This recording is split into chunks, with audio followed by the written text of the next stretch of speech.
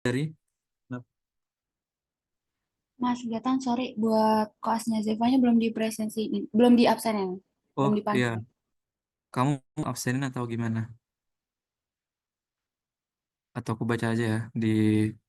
Terima kasih. Sebelumnya mau terima kasih juga buat teman-teman sudah menyempatkan hadir meskipun dilakukan secara daring ya karena keterbatasan ruangan pada lingkungan fakultas. Selamat datang pada acara 6 praktik pemeriksaan penelitian uji non parametrik atau uji kompetensi. Next. Dan di sini tujuan dari praktikum ini sendiri yaitu diharapkan para mahasiswa tuh mampu memahami fungsi dan penggunaan dari uji kontingensi serta menganalisis data yang diperoleh untuk mendapatkan kesimpulan dari hasil penelitian tersebut sesuai dengan buku panduan. Selanjutnya, nah untuk uji non parametrik ini sendiri, di sini pengertiannya itu merupakan uji statistik yang tidak memerlukan adanya asumsi mengenai sebaran atau data populasi. Dan uji ini juga disebut juga sebagai statistik bebas, statistik bebas sebarang atau assumption free test. Nah, di sini uji non parametrik itu ada dua sebenarnya kegunaannya ya. Yang pertama yang digunakan ketika data tidak diketahui distribusi populasinya atau tidak mengikuti distribusi normal atau yang kalau teman-teman tahu udah mulai membuat seperti penelitian itu biasanya ada minimal sampel 30 gitu. Dan ujian parametrik ini juga bisa untuk menganalisis data yang berskala nominal atau ordinal. Nah, karena pada umumnya data berjenis nominal ini atau ordinal itu tidak menyebut normal. Nah, teman-teman mungkin eh, ada yang tahu nggak? Mungkin sebelumnya dulu Pras.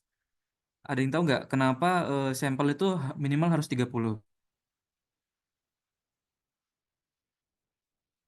Ayo, ada yang tahu nggak kira-kira bisa menjawab kenapa sampel minimal 30? Baik semua penelitian kehutanan, penelitian non kehutanan juga minimal 30.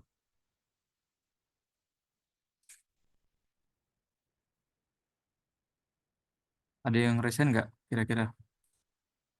Nilai keaktifan monggo silakan.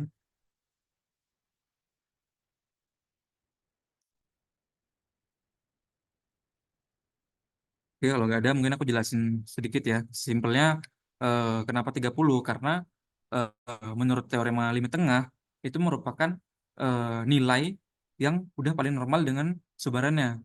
Kalau teman-teman tahu lonceng terbalik, grafik lonceng terbalik, nah itu teorema limit tengah itu merupakan nilai yang ada pada tengahnya atau membelah membelah dua lonceng terbalik itu. Anggapannya ketika sebuah kue itu terdiri dari potongan-potongan kecil itu akan membentuk satu kue yang besar gitu. Nah, ketika eh, jumlah sampel kurang dari 30 maka ya itu tidak bisa dibilang normal dan itu tidak akan membentuk satu kue gitu. Anggapannya gitu ya. Dan di mana angka 30 itu dapat ya karena itu sudah dapat dari statistik gitu. Simpelnya begitu. Oke, next, Pras. Nah, di skala pengukuran ini sebenarnya ada banyak ya kalau teman-teman tahu di SPSS itu ada nominal, ordinal, interval sama rasio.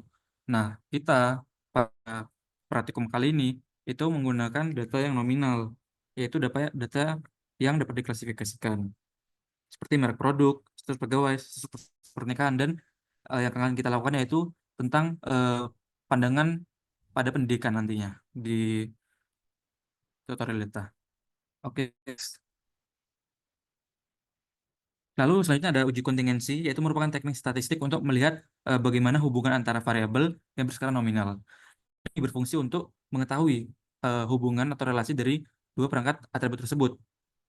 Dan koefisien kontingensi ini sendiri adalah suatu ukuran atau asosiasi antara dua himpunan atribut. Next, di sini terhadap ada dua tahapan ya. Yang pertama ada penguji square dulu, di mana untuk uji chi-square sendiri itu untuk mengetahui hubungan antara dua variabel. Dan ketika sudah diketahui nih hubungan antara dua variabel, kita mencari nih nilai koefisien kontingensinya, yaitu mengetahui seberapa besar keeratan hubungan antara dua variabel tersebut. Semisal eh, antara diameter dengan volume. Nah, hubungannya bagaimana? Apakah hubungannya linear atau eh, tidak hubungan atau bagaimana? Dan ketika semisal ditemukan apa, ternyata berhubungan nih antara diameter dengan volume. Ternyata semakin besar diameternya, volumenya juga semakin besar gitu. Itu contoh simpelnya di dalam kehutanan. Oke, next. Dan ini untuk alat dan bahan, mungkin bisa next aja udah tahu ya teman-teman. Dan ini studi kasusnya. Oke, untuk lebih jelasnya, bagaimana sih penerapan dari non-parametric test ini, kita kami serahkan ke Prasetyo Utomo. Kan Prasetyo Utomo? Oke, thank you Tan. Baik teman-teman, aku harap teman-teman di sini sudah menyiapkan ini ya, data data yang ini, data yang ada di buku panduan. Jadi kan kalau di buku panduan itu ada data tingkat pendidikan yang ada dua variabel yang akan kita uji, yaitu tingkat pendidikan dan juga respon. Dan silakan teman-teman untuk datanya tersebut dimasukkan ke Excel, setelah itu dibuat seperti ini. Jadi yang sarjana ini tuh diibaratkan angka 1. Sarjana 1 sama magister 2. Nah, berarti kan ini pendidikannya sarjana-sarjana, magister-magister. Terus setuju itu 1, tidak setuju 2. Nah, berarti ini sarjana yang setuju 20, sarjana yang tidak setuju 50, kemudian magister yang setuju 10, magister yang setuju 2, sorry, dan magister yang tidak setuju ada 28. Nah, kalau misal teman-teman udah dimasukkan semuanya dan dibuat seperti ini, udah kan nih teman-teman? Ya, kalau udah, aku langsung lanjut ke SPSS. Kalau misal belum ini mungkin aku tunggu kayaknya sampai 58 deh. Kayak cepet ya buat masukin ini ke Excel. Ini dihirauin aja sih.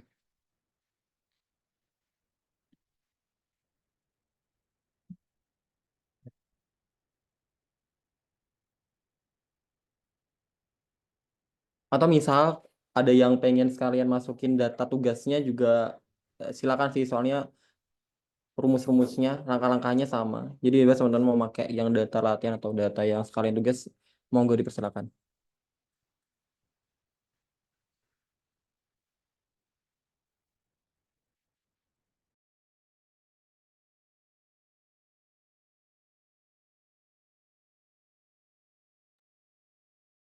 Oke, udah 15.58. Ini kita langsung masuk ke SPSS. Nah, di SPSS silakan teman-teman masukin ada 3 hal: pendidikan, respon, dan juga frekuensi.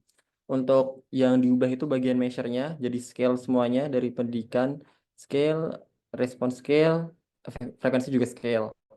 Terus bagian label kan labelnya masih kosong nih. Kita akan mengisikan label di bagian pendidikan dan juga respon. Ini tinggal diklik aja terus dia bakal ada titik 3. Mana nih titik 3-nya nih? Wait.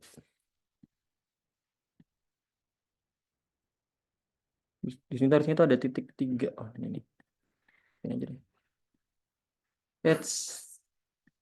Harusnya tuh ada titik 3-nya guys. Bentar. Anu.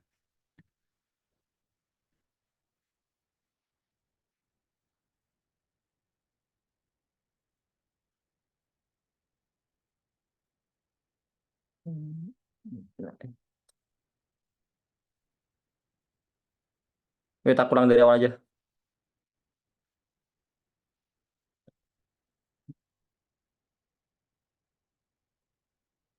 Jadi harusnya tadi tuh bagian label tuh kayak dia ada titik 3 buat ngemasukin si data-datanya. Wait.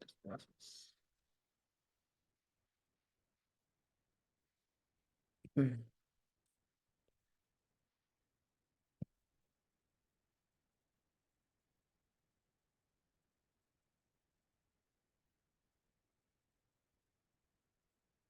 Nah, dia akan dimasukin pendidikan, respon, frekuensi, terus ini skill.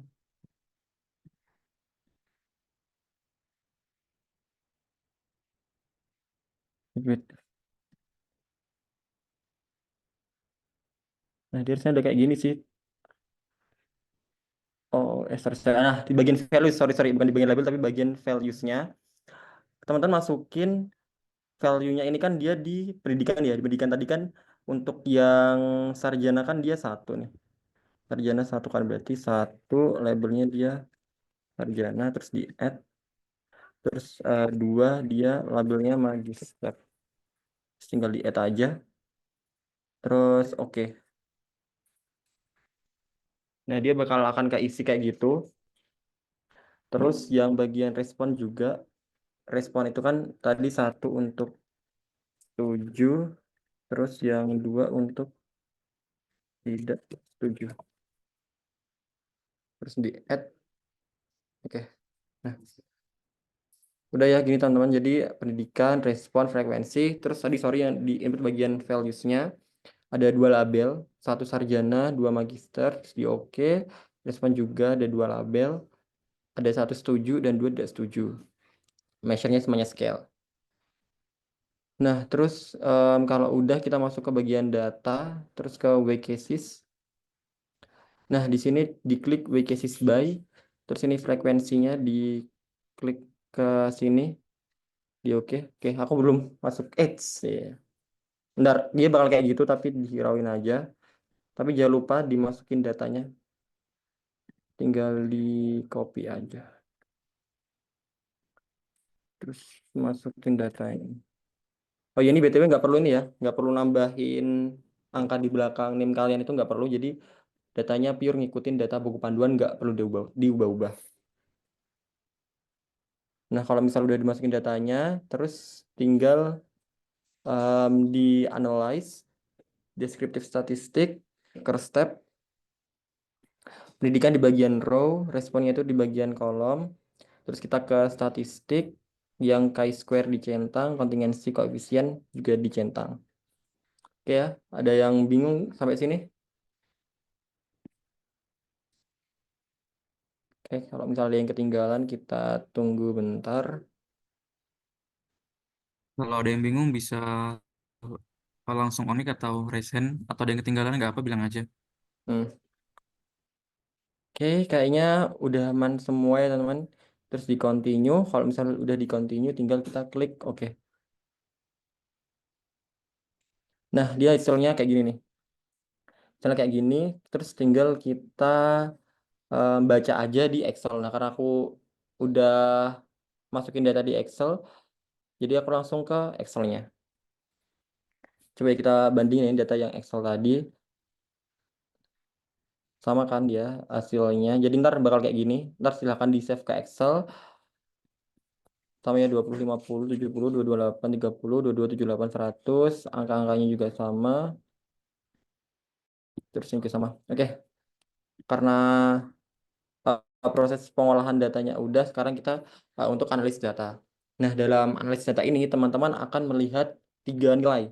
Yang pertama itu ada nilai persen chi-square-nya, terus signifikansi chi-square-nya, dan juga nilai dari koefisien kontingensinya. Karena kan tadi kita ada untuk mengetahui tingkat keeratan ya antar variabel tersebut.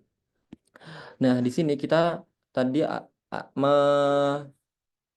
menghipotesiskan HO itu adalah tidak ada hubungan antara tingkat pendidikan dengan pandangan terhadap wacana dimasukkannya tanaman sawit sebagai komoditi kehutanan, sementara HA-nya itu ada hubungannya. Nah, nantinya akan ada 3 kesimpulan. Yang pertama itu adalah uji nilai signifikansi yang sudah biasa teman-teman lakukan ya di acara 1 sampai 5. Bahwasanya kalau nilai ini, nilai signifikansinya itu kurang dari 0,05, maka HO ditolak dan HA diterima sehingga ada hubungan antara tingkat pendidikan dengan pandangan terhadap wacana apa nih dimasukkannya tanaman sawit sebagai komoditi kehutanan. Berhubung ini nilainya 0,015 yang mana ini nilainya tuh kurang dari 0,05 salah kurang dari 0,005. Nah, kan 0,15 kurang dari 0,05, maka ada hubungannya. Terus kita melihat nilai chi-square-nya. Chi-square hitungnya yang ada di sini kan 5,872. Kita masukkan 5,872. Terus kita masukkan juga nilai chi-square tabelnya. Mungkin teman-teman di sini bertanya-tanya, di mana dapatnya nilai chi-square tabelnya? Di mana kok tiba-tiba dapat 3,84? Nah, di sini nilai 3,84 itu didapatkan dari nilai DF-nya. Kan nilai DF-nya kan di sini ada 1 kan. Dan tingkat kepercayaan yang kita gunakan. Nah, di sini kita menggunakan tingkat kepercayaan itu sebesar 95% yang biasa kayak kita gunakan di acara 1 sampai 5. Sehingga 95% itu kan 0,05 kan, sisanya yang 5% tadi. Nah, berarti dia akan didapatkan nilainya 3,841. Ini tinggal ditarik aja DF-nya 1, terus tingkat kepercayaannya 0,05%.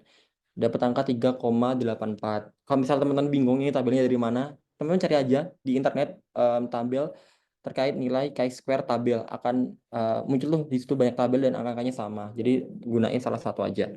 Terus dapatlah angka 3,84. Terus tinggal lihat aja di sini chi-square hitungnya lebih besar dari chi-square tabel, sehingga kalau chi-square hitung lebih besar dari chi-square tabel, maka HO itu ditolak dan HA diterima, sehingga ada hubungan antara tingkat pendidikan dengan pandangan terhadap wacana dimasukkannya tanaman sawit sebagai komoditi kehutanan.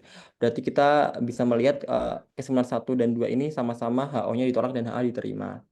Kemudian untuk kesimpulan yang terakhir yaitu uji cross table, yaitu untuk mengetahui koefisien kontingensinya. Berapakah kekuatan hubungan antar variabel tersebut? Nah, di sini value-nya itu kan 0,236. Kemudian 0,236 ini ketika kita lihat itu kan dia nilainya rendah ya, di bawah 0,05, karena nilai koefisien kontingensi itu berkisar dari 0 sampai 1. Semakin angkanya mendekati 1, maka hubungan antar variabel tersebut semakin kuat. Semakin dia mendekati 0, maka akan semakin rendah. Karena tadi balik lagi ke pengertiannya bahwasanya koefisien kontingensi itu koefisien yang menunjukkan tingkat asosiasi hubungan antar variabel yang keduanya berdata nominal. Sehingga di sini hubungannya itu rendah karena nilainya itu 0,236. Berarti kesimpulannya value-nya atau nilai koefisien kontingensinya itu nilai koefisien kontingensi mendekati 0 atau kurang dari 0,05 atau kurang dari 0,5 yang artinya menunjukkan hubungan antara faktor atau variabel tersebut lemah atau tidak kuat. Kayak gitu. Jadi kesimpulannya nanti teman-teman akan baca tiga angka dan akan menyimpulkan juga 3 kesimpulan dari angka tersebut. Sampai di sini ada pertanyaan atau misal ada yang bingung terkait prosesnya, teman-teman boleh untuk raise hand atau di kolom chat kalau misal mau minta diulangi bagian apa gitu. Sebenarnya di tutornya ini ada di buku panduan sih, tapi kalau misal kalian bingung, monggo. Adakah? Sepertinya aman ya, teman-teman. Nggak ada ya pertanyaan. Kayaknya udah, Tan. Aku lempar ke kamu lagi. Oke, terima kasih Pras atas tutorialnya. Eh, eh, untuk DL-nya seperti biasa ya Pras ya, DL-nya ya. Coba lihat. Oke, DL-nya itu ya, 23 April besok ya. Sama pengumuman minggu depan, 28 April. Dan dikumpulkan di drive koas masing-masing. Untuk apa? Tugasnya juga tugas yang di itu ya, buku panduan H50. Nah, ini juga dikerjakan ya teman-teman. Dan dikumpulkan nanti di bagian drive data. Dan minta tolong buat teman-teman semua ya, itu nanti di datanya tolong dikasih kesimpulannya biar kalian gampang buat masukin di laporannya. Karena aku sempat lihat beberapa teman-teman tuh masih belum ada yang uh, cantumin kesimpulannya. Jadi malah ngerjain laporan dulu eh malah baru nulis kesimpulan di datanya gitu. Kan kebalik ya sebenarnya. Ya itu buat teman-teman juga. Ya mungkin itu. Terus karena ini praktikum terakhir juga ya, kami dari Koas Desain Penelitian ucapkan terima kasih buat teman-teman udah giat dalam menghadiri ataupun mengerjakan laporan dari praktikum desain penelitian. Dan kami juga memohon maaf ketika ada kesalahan atau perbuatan kata ataupun perlakuan dari kami kepada teman-teman. Mohon dimaafkan. Dan sebenarnya nggak ada responsnya, Pras. Nggak ada responsi, tapi ada tugas akhir kebetulan. Ya, ada tugas akhir membuat ya anggapannya semacam buat Mengganti responsi. penelitian kecil lah intinya gitu. Nah ini, ya ini kalau mau di SS silakan. Eh, Nanti untuk lebih jelasnya itu bakal diinfoin lagi. Cuma sementara spoilernya ini dulu. Dan oke, mungkin sekian ya teman-teman. Terima kasih. Dan ketika kami di jalan ataupun dimanapun, tolong disapa aja. karena kami dan Pras itu mahasiswa tua, ya mungkin agak jarang dikenal juga buat sama teman-teman. Tapi kalau tanya seperti perhatikanku sama Pras tuh tentang tugas-tugas desain penelitian ataupun lainnya, itu bisa chat aja gak apa. Insya Allah kalau kami tahu bakal kami jawab. Oke, dari Pras ada yang mau disampaikan nggak kira-kira? Dari aku kayaknya cukup. Aku harap teman-teman di sini mengerjakannya jujur ya guys, karena kemarin em, tim koas ada menemukan laprak yang kebetulan pembahasannya sama gitu. Jadi kayak dari kata-kata dari jurnal yang disitasi itu dari awal sampai akhir tuh sama. Jadi harapannya teman-teman menghargai proses gitu. Kayak ya sejujur mungkin lah, sebisa mungkin kalau misal pakai punya kakak tingkatnya di parafrase ataupun jurnal-jurnalnya pun berbeda gitu digunain sebagai referensi, jangan plak-ketiplek sama cutting karena ya sayang rasanya teman-teman nilai sebenarnya aku lihat banyak kok yang dapat 100 gitu banyak, tapi gara-gara ketidakjujuran malah teman-teman mengurangi nilainya sendiri kayak gitu. Sama jangan lupa kedisiplinan karena di sini banyak yang nelat kan, jadi akhirnya mengurangi nilainya sendiri kayak gitu sih. Cukup Oke, lah. mungkin teman-teman pesan-pesan dari kami. eh, dari kos-kos lainnya perlu kata-kata lagi gak kira-kira kos-kos lainnya nih yang hadir pada praktikum Senin kali ini?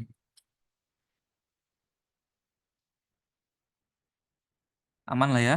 Oke, mungkin itu aja. Terima kasih teman. Eh, karena awal dimulai dengan doa, maka akhir juga diakhiri dengan doa. Oke, berdoa dimulai.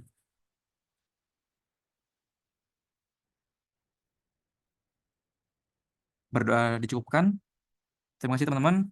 Sampai jumpa di tugas akhir nanti dan warna jangan lupa sesuai DL ya. Oke, see you teman-teman. Bisa live gak apa.